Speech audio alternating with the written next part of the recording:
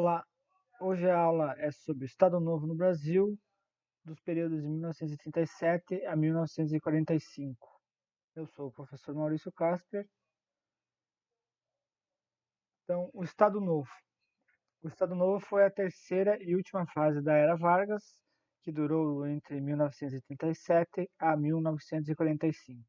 Isso se deu, portanto, às fases do governo provisório e do governo constitucional. As características principais do Estado Novo era o fato de ter sido propriamente um regime ditatorial, inspirado no modelo nazifascista europeu, o então em voga à época. O Estado Novo foi implementado no dia 10 de novembro de 1937. Foi comunicado à população brasileira por meio de um programa de rádio, na Hora do Brasil, pelo próprio Vargas. As ações tomadas golpearam diretamente as instituições democráticas.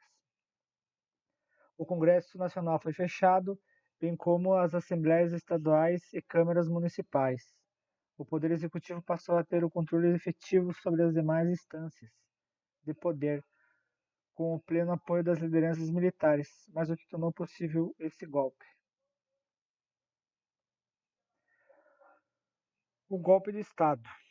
O golpe de Estado Novo. O golpe do Estado Novo sobreveio em um contexto de grande efervescência política e ideológica no Brasil.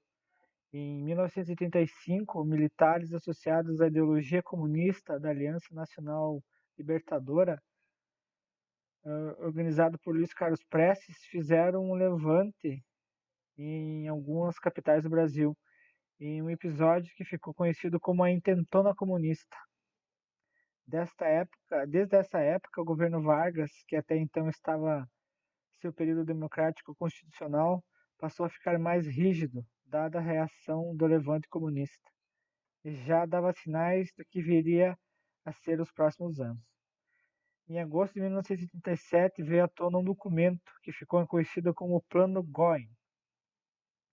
Esse documento consistia na apresentação de um plano detalhado de revolução comunista para o Brasil, que teria apoio direto da União Soviética.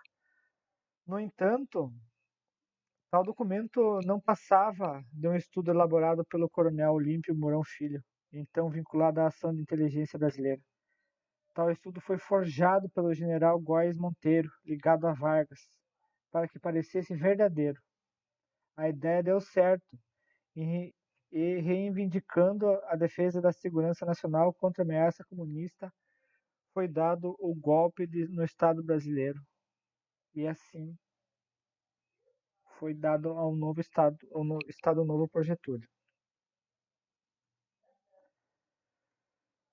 Do autoritarismo e do desenvolvimento.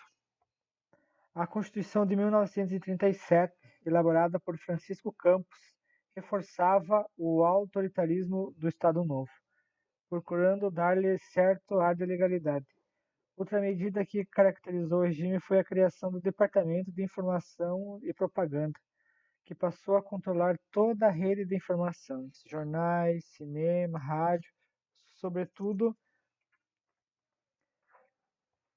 contribuiu para o culto da imagem de Vargas como o grande líder da nação, algo que também foi feito na Europa por líderes como Mussolini, Hitler, Stalin e Francisco Franco. Então, os grandes, na época que estavam em voga as grandes ditaduras, os grandes governos ditatoriais no mundo, a ascensão do nazismo na Europa, o início das grandes guerras, nesse contexto surge um Estado Novo brasileiro, surgindo sobre esse ar, né, autoritário, um ar que sobrepõe as classes, né, que obriga as classes a serem submissas às outras. E além disso, o Estado Novo caracterizou também pelas políticas econômicas e desenvolvimentistas, buscando equilibrar o estatismo e o nacionalismo. Deste modo, algumas medidas foram tomadas para que a implementação da indústria pesada no Brasil poderia garantir o seu crescimento econômico para além do setor agrário fosse administrado pelo Estado. O Estado só teve fim em 1945, após a Segunda Grande Guerra Mundial, quando Getúlio Vargas foi obrigado a renunciar, posto sob ameaça do novo golpe de Estado. Chegamos ao fim, então, desse contexto de explicação. Para fortalecer a disseminação do conhecimento, eu deixo aqui um questionamento que vai fazer como referência aquilo que a gente comentou até agora nessa aula, né? É uma pergunta que de múltipla escolha, em que sobre o Estado Novo, né? E o período que surgiu o golpe de Getúlio. Então, pode ser respondida e anexada ao caderno.